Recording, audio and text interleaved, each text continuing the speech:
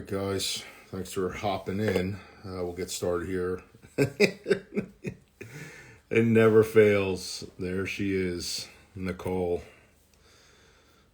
Let's go. Yeah. All right. All right. People are hopping in. So this one's going to be, well, a little deep, I guess. We can get into it as much as people want to. And obviously, with all my lives, you guys know by now, feel free to ask away, comment, ask questions, whatever you guys want to do. I'm your biggest fan. That's very nice. But I wanted to go a little deeper into the last blog post that I wrote. I don't know if you guys had a chance to check that out on the website or not, but if not, definitely go into that. And it was a series that, I kind of flip-flopped back and forth about what to name the series. And it started off being a series that was going to be concentrating on just a small subject matter. And I named it Walls of Savannah, but I switched that up.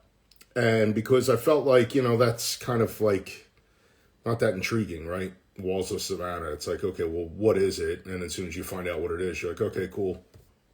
You don't really understand why that specific project kind of took place.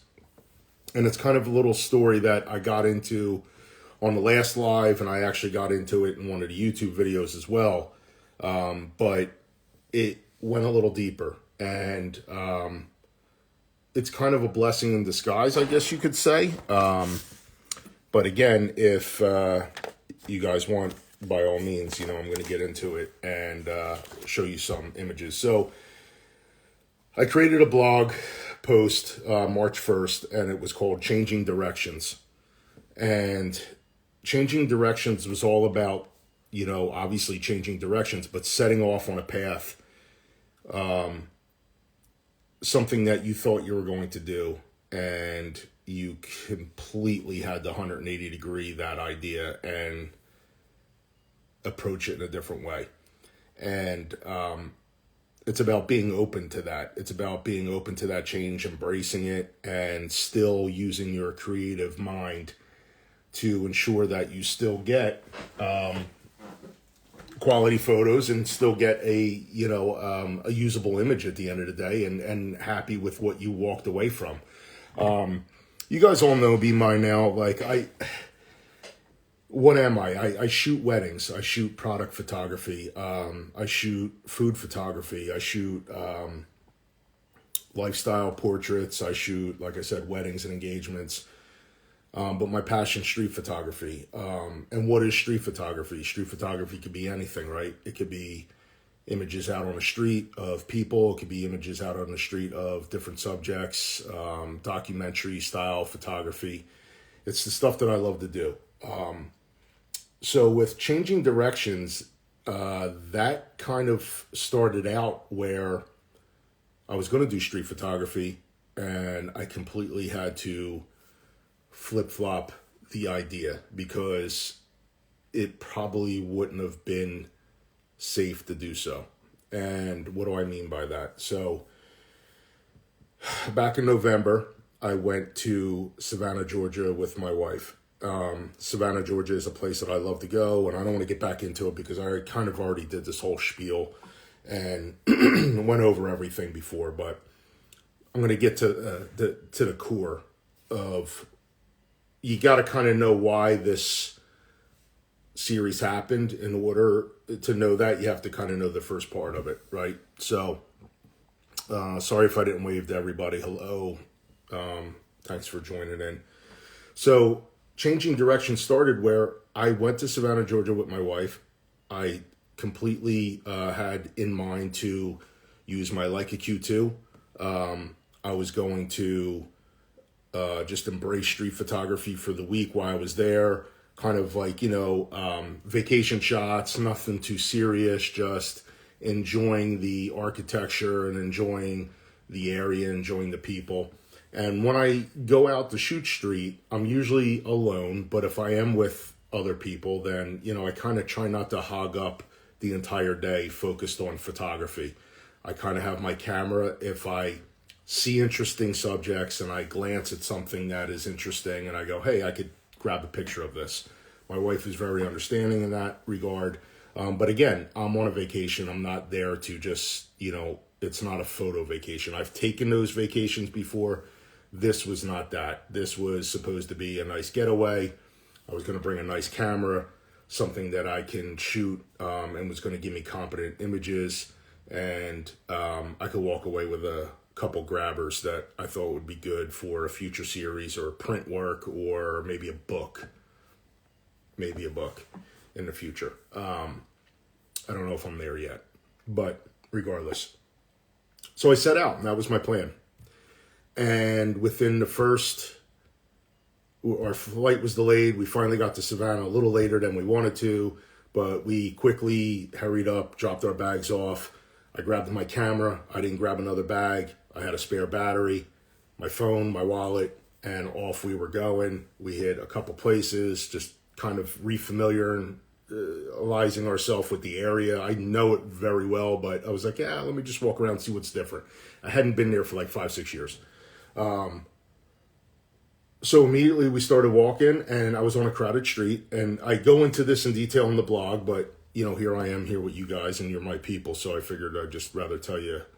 And we were in a very popular area, but the street that I was at was construction, and it was a wide sidewalk, but they had a construction barrier up on the road. You couldn't walk into the road. And it was a populated area, but in the one stretch of area that I was at, there wasn't really anybody around. There was people 50 yards in front of me and, 25 yards behind me, 100 yards over on the other side, whatever. But it wasn't really crowded on that sidewalk, and it was me and my wife, and I was walking. And I had my camera in front of me, so it's like you couldn't even see my camera. It wasn't like that was a target. And I was walking, and I can feel somebody clocking me from behind. I can see somebody pacing me, okay? And they're walking up on me very quickly. And I don't like that right off the bat. I have that awareness. I know that somebody's behind me. I have my camera in front of me. It's not that they can see equipment and they're going to try to rob me because they can't really even see what I'm carrying. But I just know he's walking up on me kind of quickly. And I kind of move over to the right, hoping that he's just going to walk by. But he doesn't. I slow down at like a snail's pace. And he slows down too. So now he's definitely walking behind me. He's definitely clocking me and pacing me. And now I know I'm a target for him. For whatever reason, I don't know, but I am. So we stop, and I turn around, and he goes down to one knee to tie his shoe. But his shoes were already tied. So now I know definitely something's up. I immediately turn around, I start walking, and I go, okay, come on, let's go up this way. I still can't cross the street yet because there's a construction barrier right alongside of the road. And now he starts walking again behind me very fast. I can see his reflection in the mirror, in the window of glass of the storefronts. And he starts being belligerent behind me, oh, you scared, you got no confidence. You all need to get some confidence. Like, what do you think's going to happen? What are you all freaking out about? And I'm not even talking to him. I'm not even entertaining him. I'm away with my wife. I never looked at this guy. I never took a picture of him. I just was walking on the sidewalk 2 hours into my trip in Savannah, Georgia, enjoying my time. And this is the bullshit I got to deal with. And I'm like, this is not starting out right. So right off the bat, I was like, what the hell? I kind of crossed the street, kind of walked through a couple different streets, and he still was kind of floating around my area. And I was just like, yeah, I'm not all about this. So I kind of just ducked out one of the hidden alleyways that I know, and I got out of the area. I'm like, man, what the hell? Like, this is not the Savannah that I know. So right off the bat, I didn't really feel entirely comfortable walking around with my camera, let alone a Leica, and taking pictures of people. Like, when I shoot street photography, I like to interact with people. I like to talk with people. I like to find out their stories. I like to find interesting subjects and kind of just pick their brains and just kind of get a one-on-one real quick and maybe get a street portrait or environmental portraits of people in their settings. And it just didn't feel like that was going to be welcomed. So I kind of dropped off that idea of doing that. But I still wanted to shoot. Here I was in this beautiful place that I love, and I have an amazing camera that I really wanted to put through its paces, like I've done in so many other cities. New York City, Philadelphia, Salt Lake City, Park City, Utah, landscape area, and Schofield National Park, all through my area, my family, Long Beach Island, and the camera's been everywhere with me, and it was exciting to have it there in Savannah and just see what I can grab in Savannah, Georgia. So, needless to say, the day went on, and I took some pictures, and then I got to my second incident, which was after dinner. I saw a really, really beautiful place that I wanted to take a picture of, and you guys have seen the photo. I actually have it right here. I will bring it up. I took a photo. I saw this restaurant. I saw this little pizza place while I was going to a restaurant with my wife, and right outside of it, it just looked like it was going to be an amazing setting for an image. And I've taken this, I just took a photographical image in my mind of it.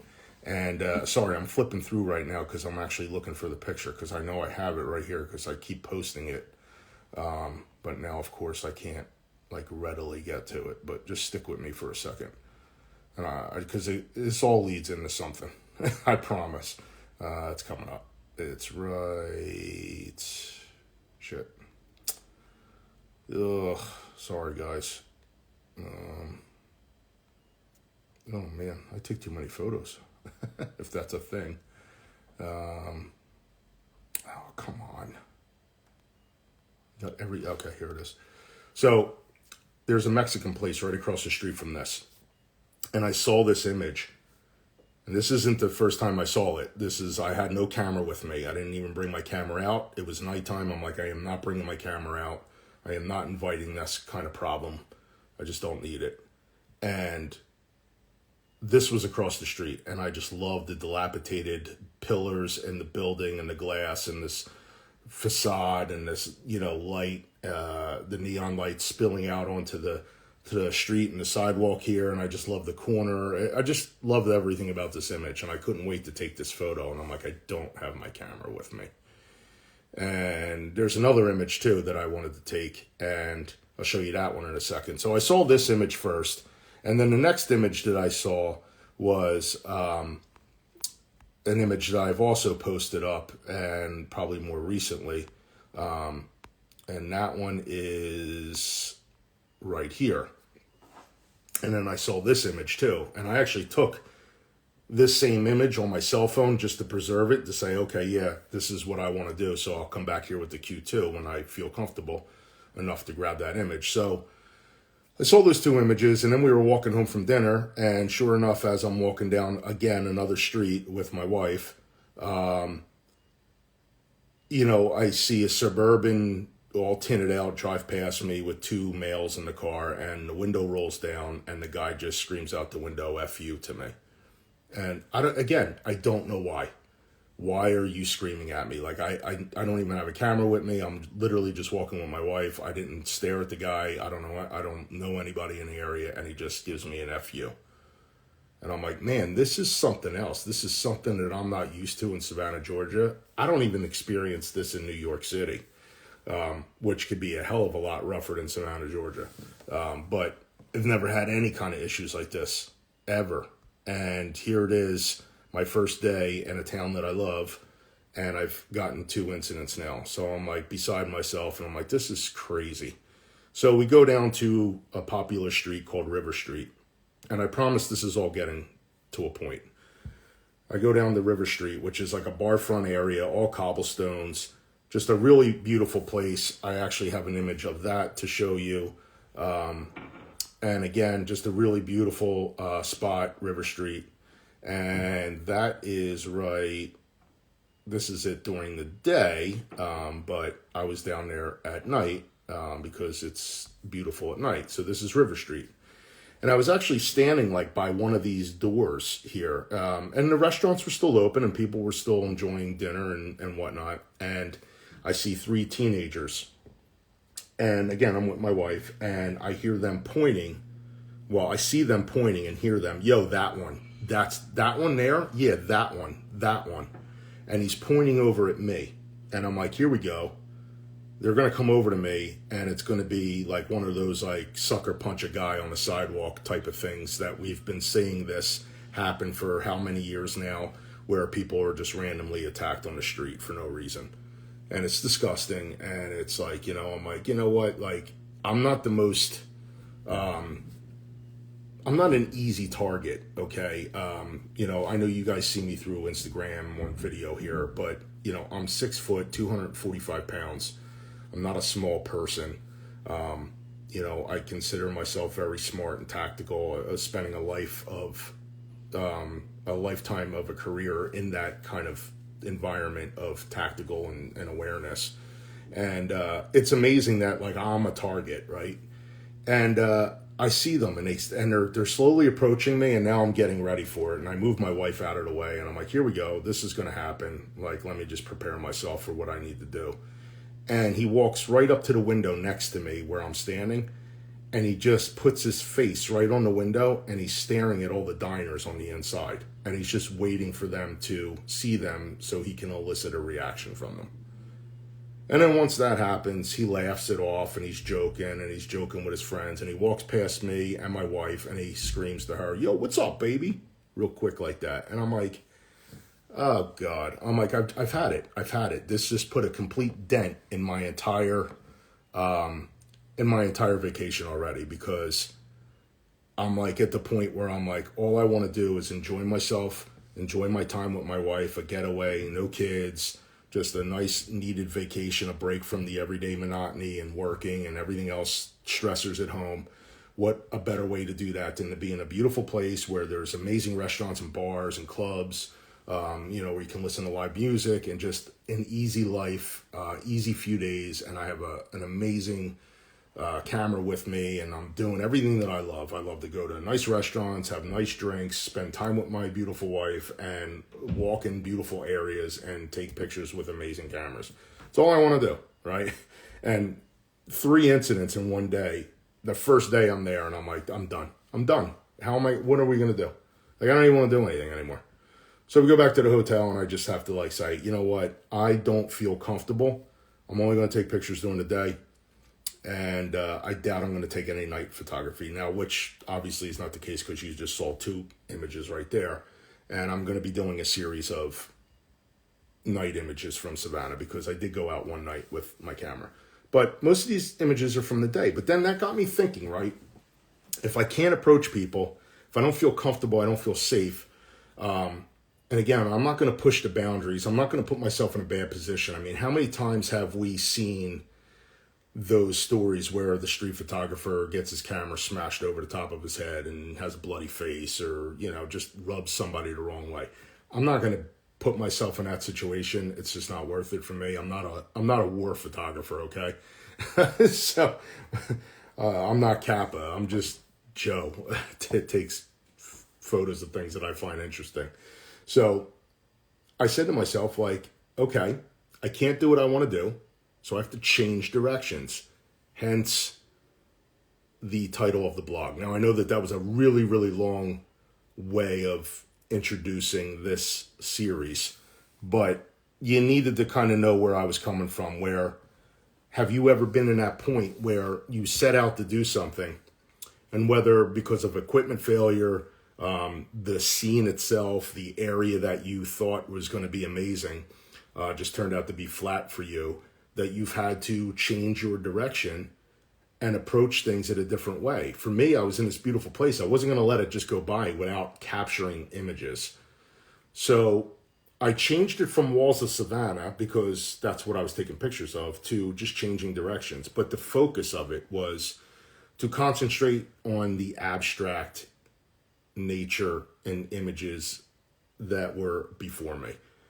I wanted to focus on the way that time has kind of left its imprint and unique signature on things that we have passed by every single day without giving it a second glance.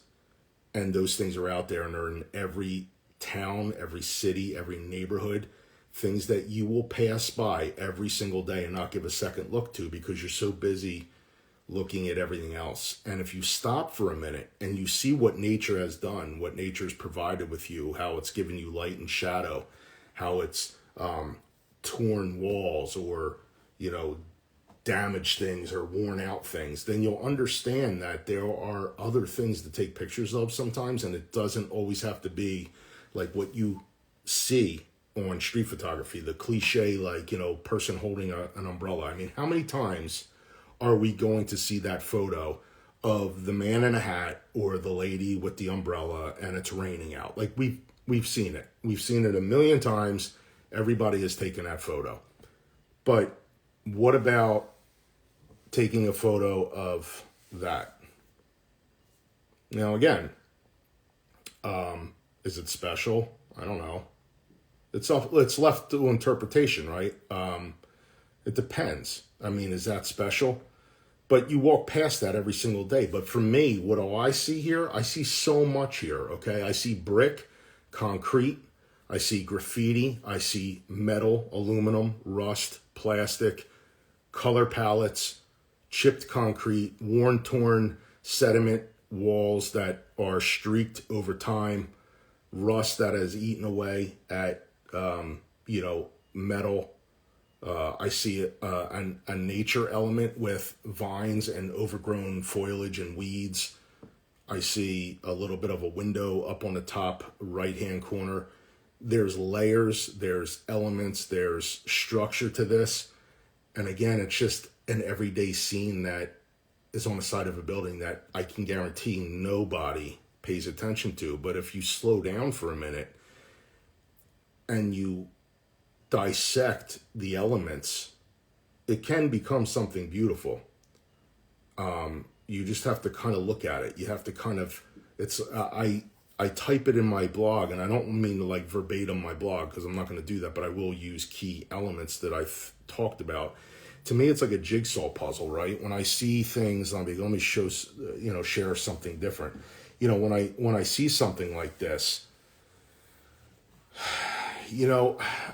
again, it's a nothing image that you pass by every single day. But when I see things like, these different elements and structures in nature, again, I'm looking at a tattered wall, which obviously has concrete over brick and metal pipe, different colors, rust, wires, again, nature, foliage, paint, all this crap on a wall that becomes beautiful, because to me, it's like a jigsaw puzzle, right? It's like when you open up a jigsaw puzzle, you have all these different pieces. You have end pieces, you have corners, you have hard edges, you have all the different colors. You're like, okay, over here is where all the trees are. This is all the painted section. This is definitely, part of the building. You have all these different pieces, and what you do, right? Usually if you're one of those jigsaw puzzle people, you organize. Some people go right in. Some people go right into the puzzle and try to just start making something out of it. But it's a little bit hard it's hard when you see the jumbled mess all at once, right? If I give you a jigsaw puzzle of 1,000 pieces and I just said start, you would grab one piece and then you would look through the entire puzzle to try to find something else that looks like it's going to connect. But that could take you a really long time. But if you stop and you organize it first and you say, here's the end pieces, here's all the colors that are similar to the one that I'm holding in my hand, here's all the blues, here's all the reds, then you can kind of approach it at a different way. And I think for me, this kind of series of looking at nothing, okay, looking at just absolutely nothing on a wall has been like that, where I would take all this disorganization and this nothingness and this mundane everyday thing, and I would allow nature to kind of superimpose itself and dictate how this scene was going to look. So for me, this would be a brick wall, but the fact that it was midday in the sun, you can see, a shadow ripping like a huge pattern across the wall here. You can see the sun highlighting the dirtiness of the window and the highlights, you know, shining off the green paint a little bit, and the brick wall and how it fades into a shadow on the lower portion. It's all disorganization, but if you organize it and you make it work for you, then it becomes something different. It becomes something abstract, but not so abstract whereas you don't know what it is. And I found it really, really peaceful shooting like this. I got to tell you, like, if you haven't done stuff like this, I would urge you to, like, think outside the box. And I'm going to pull something else up. You know, again, like, you know, again, it's nothing. It's absolutely nothing. But in the same time, it's kind of beautiful. I see patterns here. I see squares. And again, it's an everyday wall that you pass by every single day. And you have this. You have one of these walls. Like, you have this in your neighborhood. You have this in your city. There's always a reason to find, there's always a way to find something to shoot. But what I'm saying to you is that you don't always have to go out and be like, oh, I'm going to go out and shoot street today and I got to look for interesting subjects. They're there. Sometimes they might be hidden, but they're there. And, whoa, thank you, Myron. I appreciate that, brother. Myron bought a badge. Thank you. Nobody's ever done that before. That's amazing. Thank you so much. Wow, that's so cool. You distracted me. No, that's a good thing though. But, these elements are there, right? But you only just need to look for them. You have to kind of refocus yourself and center your mind and get all the mess out of there. Get all the mess of, like, let me find the interesting character that has a hat on. Let me find the person wearing red shoes with a red sweater standing against a red wall. Let me stop looking for the leading lines.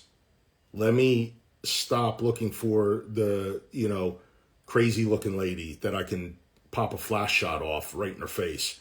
Like, you don't need to do that. Those are awesome images. They're great things to nail down and to learn. But there's something to be said about clearing your mind and looking at things differently and more, you know, I'm sorry, I'm talking and I'm pulling up images at the same way because I'm just showing you things that I'm talking about. You know, there's other things to think about, and that simplicity is really, really refreshing. And again, I go into all this in my thing, in my blog. It's definitely something to talk about. It's definitely something to think about.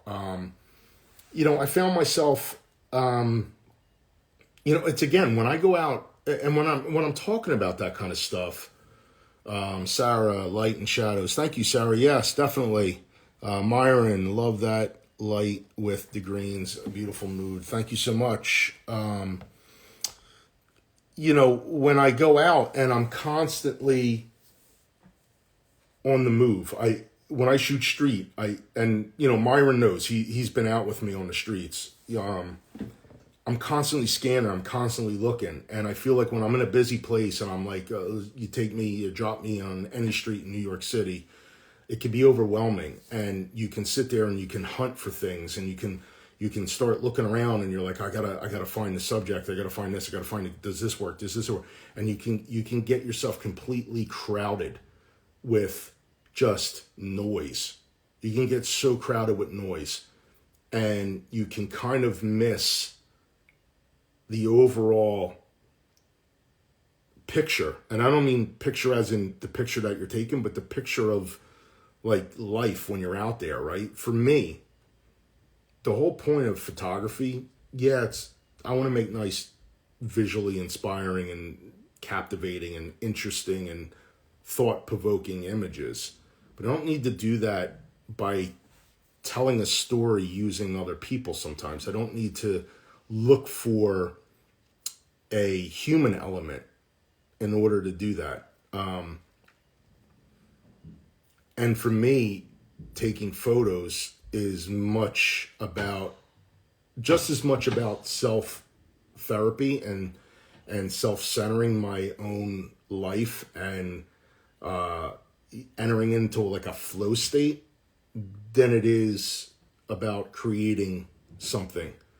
I find it very gratifying, and I find it that, nothing relieves stress more than like zoning out and clearing out the noise. And when I shoot like this, I think there might be one person in this photo, and it may be all the way like 100 yards away on the left, all the way down the street. When I shoot things like this is what pleases me. This is the kind of work that I love. But I feel like sometimes it's not accepted. I feel like sometimes it's not accepted in mainstream street photography. But I don't want to hear that. For me, I just, this is like an Eggleston thing for me. This is how Eggleston shot. And I just realized that after studying his work. And it wasn't like something that I was after. I wasn't like, well, let me follow and do what he does. I actually was shooting like this for a long time before I even really knew who Eggleston was. And he captured the mundane, and it didn't matter if there was somebody in his shots or not. And I absolutely love it. I absolutely find it more aesthetically pleasing. I find it more intriguing, and I found it more therapeutic, which was the most important thing for me. But I just love to play with these elements too, right? I love to take a man-made object like a brick wall, a staircase, a sidewalk, and a fire hydrant, and graffiti, and like this metal, riveted, corner on the edge of the building, and mix that with shadows, architecture. So what do I see in this? I see there's a couple things going on in this image, right? So it's cropped a little bit, almost in by like a 16:9. So it's got like a little cinematic look to it right off the bat, but whatever about the crop. What do I love about it? I love the fact that I have stairs and I have shadows, two leading line shadows. You can see them ripping right through. Okay, one right above the fire hydrant, and then a dark shadow on an angle that is ripping right down into the fire hydrant. And I have stairs. Everything is leading you to the fire hydrant. Everything is leading you to that. But what else does the fire hydrant do? It's red, so it's contrasted off of everything else in the scene. Everything else in the scene is very dark. Even though that the brick is highlighted, it's brown, it's mundane, it's muted, it's just normal. But the hydrant is red, and it's weathered and it's beat up, but everything is leading you to it. And then you have this enormous depth on the left side of the image where everything is pushed back. So, you're kind of left to like kind of guess what's around the corner. But you really don't care because you keep getting fixated back on the fire hydrant because it's on a flat wall closest to you and it's contrast. Your eyes automatically go to contrast in an image first. Believe it or not, it's science. I didn't come up with it. Somebody did a while ago. But when you look at an image, you automatically gravitate towards contrast first. So if you can accent that contrast with natural elements or with man-made elements like stairs, a wall, and obviously nature, shadows, if you can accent that and push everybody, you're going to keep people really, really centered on what's important in your image. So I found that kind of pleasing, and it's fun to play with this. It's kind of fun to play with scenery where you don't have a human element to worry about, right? You don't have a worry in the world where somebody's going to get mad at you. Somebody's going to want to pose for you. Somebody's not going to want to pose for you. The moment's going to pass because that interesting person's going to leave your scene or they're not standing where they need to. And that's fun too. That can be a fun way to shoot. But you have to be more like a hunter and a stalker when you kind of try to shoot like that, because you have to place that right subject in that right area in order to get that perfect photo the way you envision it in your head. But with this, one would say on the surface that this is easier because you don't have that human element to worry about. You could just worry about, placing different elements in a scene. And I'm going to share another one for you. This one's fun.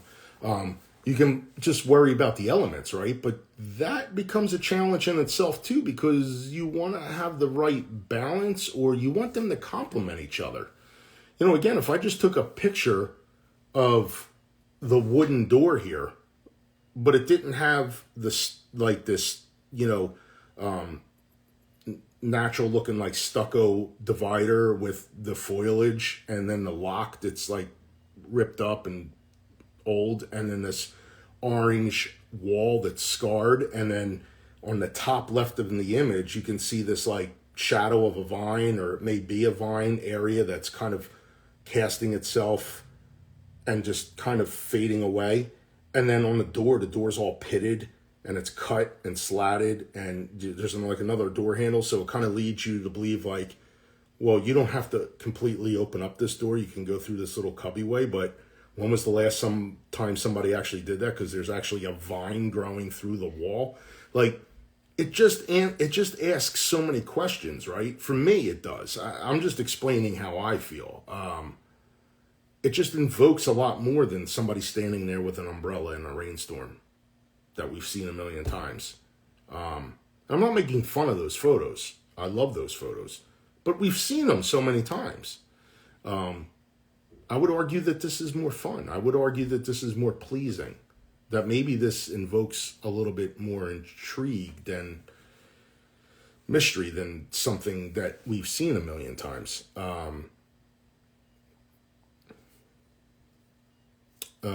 Raymond Airboss says, just by pointing your camera at an object makes a statement. It says this is worthy of your attention. Yeah, definitely. I think so. I think, you know, again, I point my camera at a lot of things, and I don't always take the picture because sometimes it's just not going to work. And I know it's digital photography, so it's like, maybe you can make something out of it. But I want to be kind of discerning too, you know.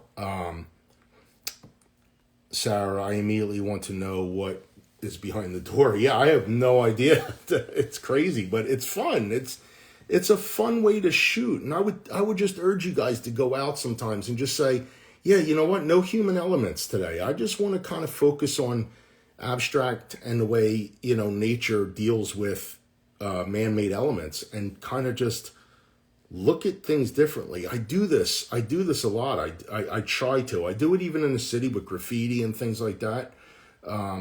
People will slowly wonder why you're shooting in a particular manner. Questions will follow, then appreciate. Just be true to your desires. Yeah, without a doubt, you know, and I feel like I've done that, Raymond, and I know you do that as well. You know, you have a style. I always know one of your photos before I even see Air Boss on the top. I already know it's your photo.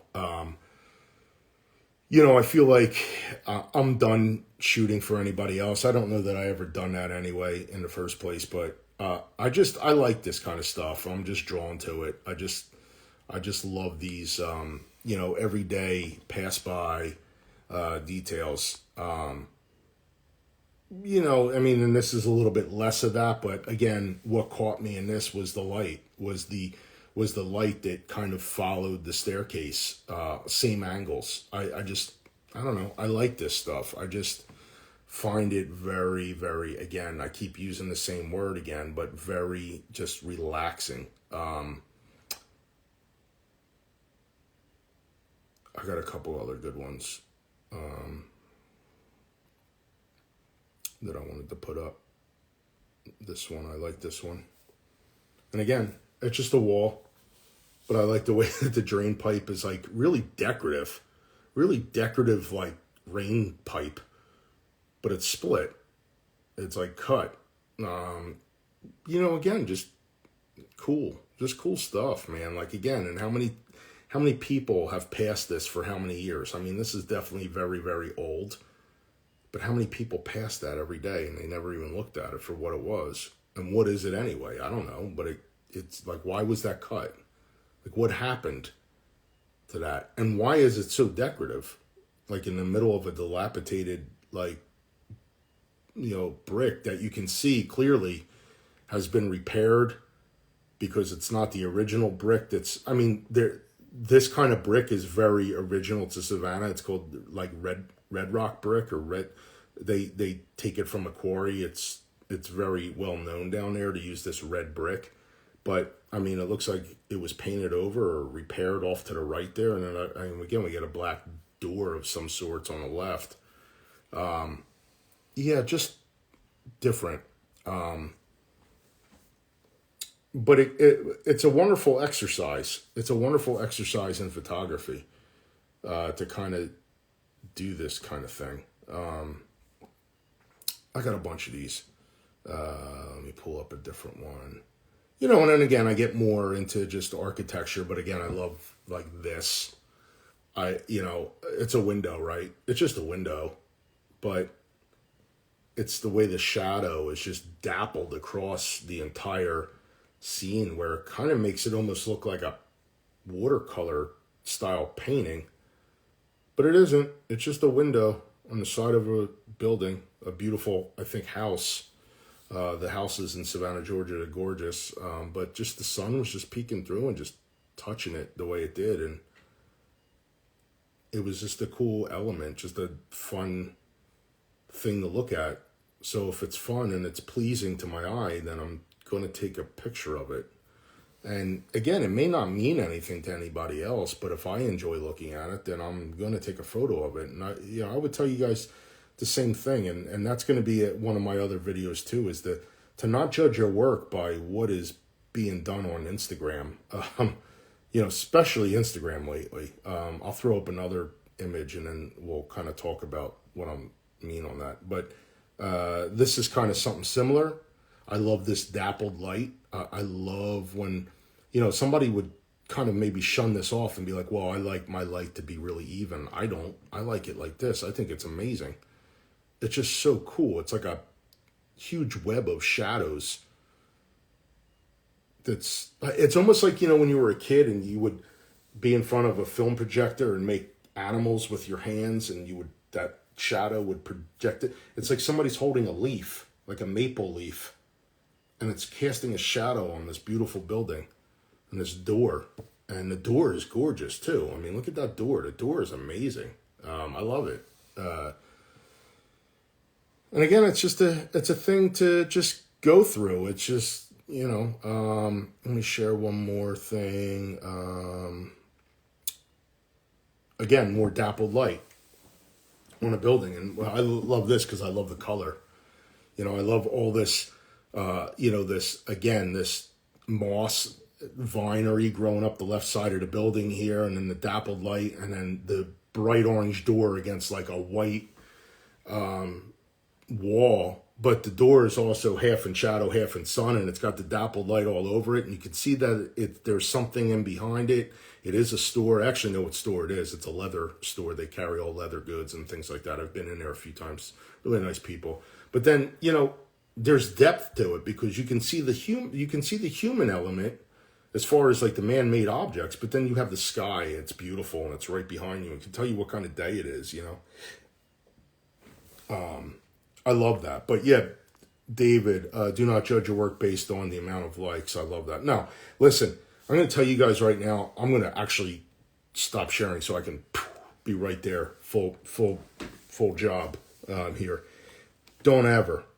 First of all, Instagram is going to shit, okay? Instagram used to be amazing for photographers. It is the worst for photography right now. Everything's a reel. Everything's like a TikTok ripoff. If I wanted to be a TikToker, I would have joined that and did stupid, silly dances to horrible music. But I didn't want to do that. I want to create images, and I want to project images, out into the world of things that I create and that I find pleasing, that maybe other people will and find inspiring, and then talk about it and elicit a conversation like I'm doing tonight, even though I'm having that conversation with you guys. Well, to myself, I'm talking to you, but I always welcome feedback and comments, but nonetheless, inspire some kind of conversation about creativity and work and creatives and photography and different ways to shoot and look at things and finding your own way and path and vision in this thing that we all love to do. And it's hard to do that when you don't have a basis to do it. So what can you do? You can either post on Facebook on different forums that if it's the camera that you end up shooting with, like again, there's so many of these images that I would love to share with my people that shoot Fujifilm, but I can't because I can't post them on a Fujifilm thread if I shot it with a Leica. So there goes half my audience because I shoot Fujifilm, but I also shoot Leica, and more so Leica than Fuji. So most of my images have to be posted on Leica forums. So I only get half the people that I know on there. Maybe not even half because not a lot of people own Leica. It's a very bougie, obscure, not obscure, but not everybody has a Leica. Not everybody has a Fujifilm. Not everybody has the camera that you're using. So right off the bat, you're losing a lot of people. You're losing an audience. So they're not going to see your work. So then where are you left to? Okay, your website. That's great. If you rank on Google and people can see your website, then maybe they'll take the time to read something instead of just want to be visually stimulated and at a moment's notice, because we all live in the Amazon Prime era now where when you order something, you want it at your doorstep 10 seconds later. Everybody's impatient. So if you try to talk about something, people don't want to hear it. They just want to see things. That's why TikTok and Reels are so popular, because it's like, oh my God, let me look at it. Oh, that was fun. Oh my God, let me look at it. That's fun. And the addictive nature of human beings is, I want to see what's next. I want to see what's next. Just one more video. Let me see what's next. Oh, the next one. The next one. And they put it down. They can't. They're stuck because the next one is going to be better. So if you try to sit there and have words and conversation and find deeper meaning in what we're all doing, sometimes you lose your audience, you lose your base, because people just want to get blasted with content. They don't want to see or talk or have a real conversation about things anymore. And it's sad because Instagram was cool. It was a cool thing for photographers to say, here's a really cool picture that you immediately get that content blast. You immediately get that gratification to see something beautiful, but then you can talk about it and you can write about it. And then, but that kind of went away because everything's a reel now. So it gets kind of tough. And like, again, I shoot for myself. I would be doing this anyway, but if I'm putting all this effort into things, of course you want people to see your work. Travis, it's not about how many eyes see your work, it's about who it impacts. And the only way that the photographer, that's valid too. And if that's only the photographer, then that's valid too. Without a doubt. But again, I think everybody's got that nature, that innate thing in them that they want to be somewhat recognized for hard work or for their creativity. I know I certainly do. I'm vain to say that. I love to make pictures and I shoot for myself and I post what's pleasing to me. But at the end of the day, it makes me feel good if somebody likes my images. And I think that I would argue that most of you feel that same way too, that, if you weren't getting anything back, you might feel like, well, like, do people even like it? But with that said, that becomes the hypocrisy of you cannot judge your work based off of likes on Instagram, because to be honest with you, Instagram's a popularity contest. That's all it is. It means nothing. I have seen more shittier work from people that are held in really, really high regard, and they'll get 12,000, 13,000, 20,000 likes on a photo of a can on the side of... And I'm like, listen, I get that there's that. Listen, I shoot it. I just showed you a picture of a broken drain pipe. But you can tell that these are snapshots at best and there's no thought put into them. But because it's who it is, thousands of likes and everybody flocking and 150 comments about nothing. Absolute nothing. It's a popularity contest. That's all this is. It's not real. So... there's that struggle, right? You want to have your work displayed for people to enjoy, but then it's hard to get feedback that is meaningful, and it's hard to judge your impact on the community if you're not getting any feedback or you're not getting any views. So views aren't important, but are they a gauge for you to know if you're making any kind of a dent? Now, for me, I do these lives. I love doing lives. I love to talk. I've tried to do Zoom. Nobody joins them. I've scheduled Zooms. Nobody joins them. I've asked to host Zooms with other photographers.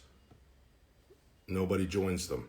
I wanted to do live editing. I get constant questions about how I edit things and, how did you do this or what's and I'm willing to do Zooms where I can bring up Lightroom and do live editing and do screen shares.